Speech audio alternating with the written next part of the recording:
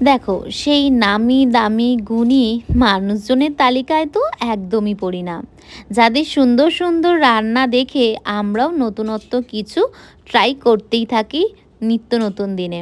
তবে দৈনন্দিন জীবনে নিজের রান্নাটাকে আর একটু কী করে সুন্দরভাবে ইজি প্রসেসে চটজলদি করা যায়, সেটারই একটু চেষ্টা আর কি। তবে আজকের এই রেসিপিটা শুধুমাত্র সেই সব মানুষদের জন্য যারা ওই বলতে পারো নতুন সংসারই করতে বসেছো বা নতুন নতুন রান্না শিখছো।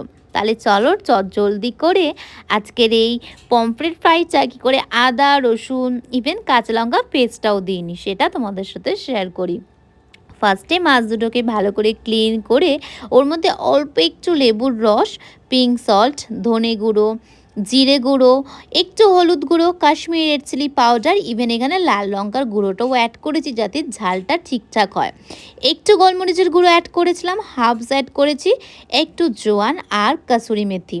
আর তবে এই যে তান্দুরি মশলাটা দেখছো, এইটা না বাড়িতে সবসময় তোমরা একটা অ্যাভেলেবেল রেখেই দিও। এইটা দিলে টেস্টটা আরও বেশি ইনহ্যান্স করে। তারপর আর কি মাস্টার্ড অয়েল দিয়ে ভালো করে ম্যারিনেট করে রেখে দিয়েছিলাম বেশ ওই ১ ঘন্টা থেকে ১.৫ ঘন্টার মতো। লাঞ্চের আগে একটু অয়েল ব্রাশ করে এটাকে ফ্রাই করে নিয়েছিলাম। তোমরা চাইলে এটাকে কিন্তু গ্রিলও করে নিতে পারো। তারপর কি গরম গরম ভাতের সাথে এই ফ্রাই মাছটা একদম কিন্তু জমে গিয়েছিল লাঞ্চের মেনুতে। বিশ্বাস করো এখানে যে আদা রসুন বা কাঁচা লঙ্কা পেস্ট নেই সেটা কিন্তু টেস্টে একদমই বুঝতে পারবে না। তাহলে একবার ট্রাই করো।